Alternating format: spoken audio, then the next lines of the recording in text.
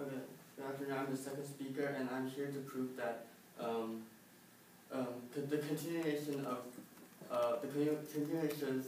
the U.S. anti-drug policies does more harm than good. So I will first start off by summarizing what the first speaker said. Contention 1: Can Colombia drastically increase human rights violations?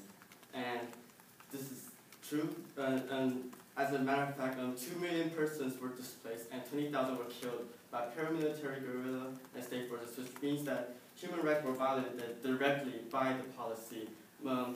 The speaker from the other team says that Plan Colombia is successful and in terms of reducing drugs, and yes, we agree that it does, but reduce drugs. But I think that the impact, like more people are displaced. I'll repeat. 20,000 were killed and 2 million are displaced. Isn't that more devastating than which leads to the question, is reducing by the insignificant amount, as they said, is it really significant or is it really worth it?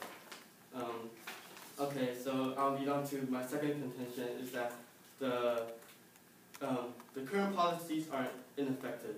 Criminalization eradications are ineffective, and because this is due to the strategy criminalizing consumption while attacking production and traffic has evidently failed. And in fact, more organized crime and drug-related violence are now used despite the $1 trillion of investments. First, this causes millions of dollars wasted money from the United States, which causes bankruptcy problems, which is not good for the economy, and it also does not prove any significant impact in the states that are supposed to be worked. The UN admitted that not only has its key objective not been met, the situation was, quote, spiraling out of control, which means that solving the problem will require dispensing the current policies and using managing and seeking alternative ways of confronting it. And we can see this in Portugal when they changed their the drug policies, and then which decriminalizes the use of drugs, and instead of just putting people in jail or the stuff that the US is currently doing. And this is by a quote by Ollie. By decriminalizing, they are saying drug users will not go through a judicial system or the police system, and the results in Portugal are quite impressive. The use of drugs is decreasing. This means that the current drugs are ineffective and other policies are more effective, and this is why we should change it. Also, I want to mention that you said that the Merida initiative isn't effective, and you also mentioned some other stuff, but however, that does not, even if it appears that it's effective, it does not, we have one point which is called the ballooning effect, which is that even if cartel states, drugs gangs, and farmers will move from one country to another, they're hopping, and which means that when it appears that one country is doing good, the other country is actually doing worse, and you cannot prevent this no matter what. And which there is an example in history. In 1945, Mexico controlled the illegal trade in opium and marijuana, but in 1960 to 1984, since there's a, I think my time's up. I think you're right. Crossfire.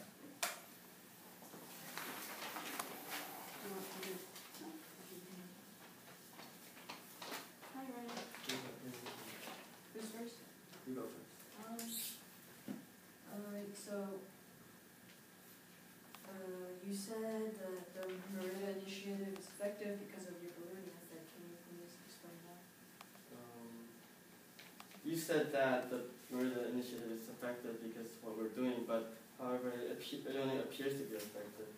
In fact, like many other countries are doing worse because cartel states are not destroyed; they're just mainly transported from another place. How can you explain? How can the Plan Colombia be cause more good than harm when 20,000 people are killed and 2 million people are displaced, are you saying that the little we do is actually good? That we can ignore what the bad stuff is happening over there? I'm asking why. Are you saying that it's better? Are you saying that it's better to displace and kill all those people so we can We're saying benefit it was from good that? to kill those people, but we're saying that security is improved and violence is drastically reduced, so there's no There were people. 20,000 people killed though. Directly because of the paramilitary guerrilla forces, which was a direct result of the policies we have. And are you saying that you're doing more good than harm? You said that the UN admitted that the situation is quote unquote spiraling out of control, but can't that like apply to only some countries and not necessarily the US? I'll repeat the quote. I'll repeat the quote.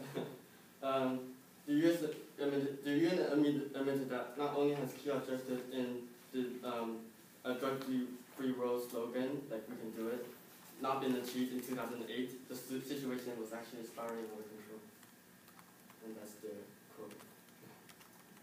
Yeah. Did you answer my question? Okay. So, do you think that what in Portugal can happen in Mexico and in the Latin American states? Because what happened in Portugal can be used over here, and that would be better than what we have currently. Yeah, remember my example? What was your example? Since they decriminalized the drugs in Portugal, quote, the results in Portugal are quite impressive. The use of drugs is decreasing.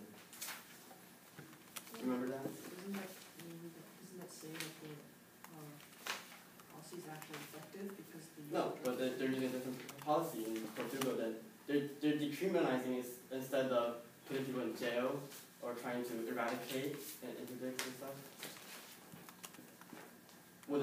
I'm saying that would decriminalizing work in Latin American states, and would that be better than what we currently have?